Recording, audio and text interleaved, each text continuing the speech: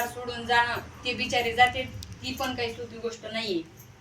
पाऊस आहे, ऊन आहे, वारा आहे, ह्याच्यामध्ये चलत राहणं साधन. पण मग आपल्याला भेटलंय, आपण नशीबवान की ह्याच्यात आलो. तेच फळ आपल्याला जर आपण निष्काम केलं तर अंतःकरणाची शुद्धी होती. तेच फळ त्याने बी होतंय. कर्म उपासना तर करायलाच पाहिजे, कारण कर्म उपासना केल्याशिवाय माणसाला इकडे येऊ वाटत नाही. ह्या गोष्टी आवडत नाहीत, आवडायच्या गोष्टी नाही. दुसरं काही चालू असलं की माणूस किती वेळ जाते. आणि मग काही गोष्टी करण्यासाठी कारण असतात, नाही करण्यासाठी कारण असतात, वेळ नाही.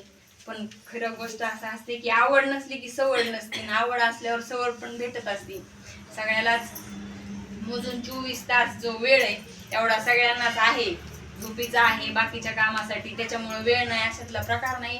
पण चिंतन करून जे आपलं जे मनुष्य देह की फक्त विषयामध्ये घालवण्यासाठी हा मिळालेला नाहीये.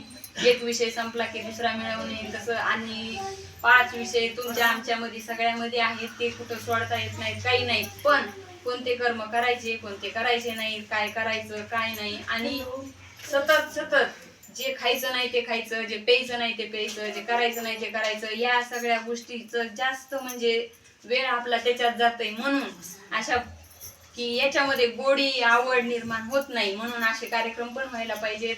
सगळ्यांच्या भेटी होत्या, सगळ्यांना नवीन ऊर्जा प्रेरणा मिळती. आणि हा जो काय आहे देव म्हणजे नेमकं मंदिरात गेल्यावर, पण मंदिरातला पण ज्या वेळेस आपल्याला हा कळण त्यावेळेस तिथं पण आपल्याला, कारण देवाशिवाय दुसरं नाहीच ना. मंदिरात बी देव आहे, इकडे बी आहे, तिकडे आहे. पण ज्या वेळेस तशी आपली व्यापक दृष्टी कधी ज्यावेळेस आपल्या हृदयातला कळण त्यावेळेस मग आपल्याला बाहेरचं पण कळतंय. नाहीतर आणि तो कळण्यासाठी एकदम चांगला मार्ग आहे, एकदम छान.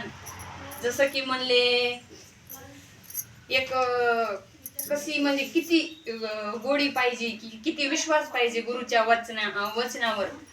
तर मी आधी पण सांगितलं होतं की दृष्टांत की एक राजा आणि प्रधान होता. राजा त्यांच्या राज्यामध्ये तिथं पाणी नव्हतं, म्हणून त्यांनी मोठा असा तलाव खोदला, पण त्या तलावाला काही पाणी लागलं नाही.